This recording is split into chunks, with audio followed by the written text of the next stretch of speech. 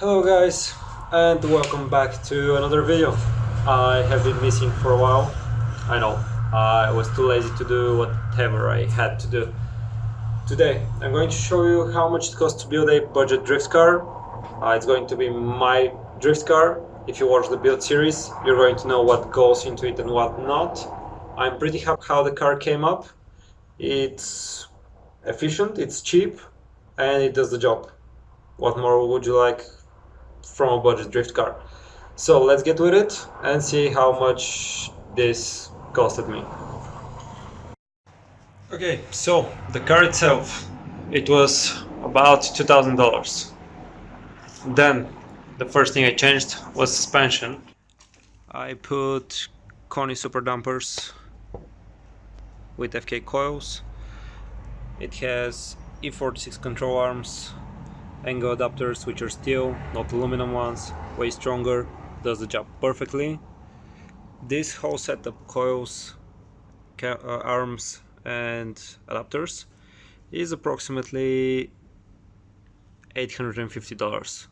The coils are $400, the arms are about $250, the adapters are approximately $80 to mate. The engine and the car itself, it's 325 sedan, as it's the lightest, and yeah, M50B25 does the job. Not plenty of power, but it's good enough. It's pre-facelift, so it's the lightest possible version of the E36, except the compact, but who likes compacts? Okay, there are a few more bits that I cannot actually show you because I don't have a lift in my humble garage in which I build the car. I do have aluminum trans mounts, aluminum guivo and stuff like this, which help with power loss and keeping everything stable. They're roughly $200 as well, which is very cheap for high quality parts. Moving to the interior, we have a racing seat. It's a bright replica seat. It's $200. We have TRS harnesses. They're $150. We have a deep dish steering wheel. It's about $40, and a hydraulic handbrake, for which my girlfriend gifted me with a new pump, and now I have awesomely working handbrake, which is amazing. Otherwise, full interior on the front. Like to keep it simple and classy. I really love how it looks, and yeah, that's pretty much all. We're moving towards the back of the car, and we have MG Solutions camber arms, which are $180. We have short ratio differential, and we have poly bushings on the whole subframe. We also put Heim joints on the hubs themselves. So everything here, except the camber arms, was about $200. The bushings are $25 each, so you have 5.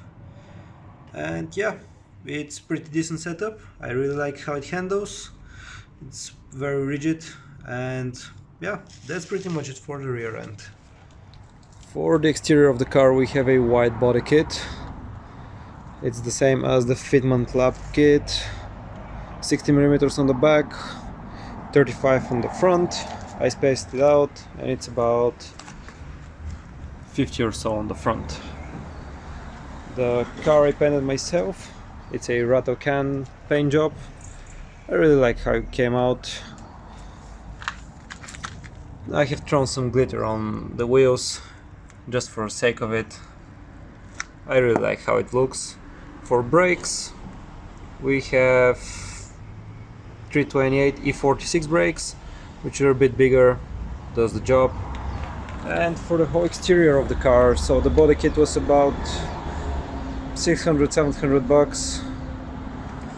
It has 46 side skirts, M Sport rear bumper, a ducktail, and M Sport front bumper with fat lip. it all came about to approximately 900 bucks for everything, plus the paint job. The paint job was like 40 bucks, which is awesome. Okay, so I calculated everything. The total cost of the drift build was $4,450, including the car itself. It's quite a budget one, I believe. It does the job perfectly, as you're going to see in a bit. And yeah, I am going to do a turbo build. I am going to put a cage in the car because I plan on competing with it. So this is going to escalate things.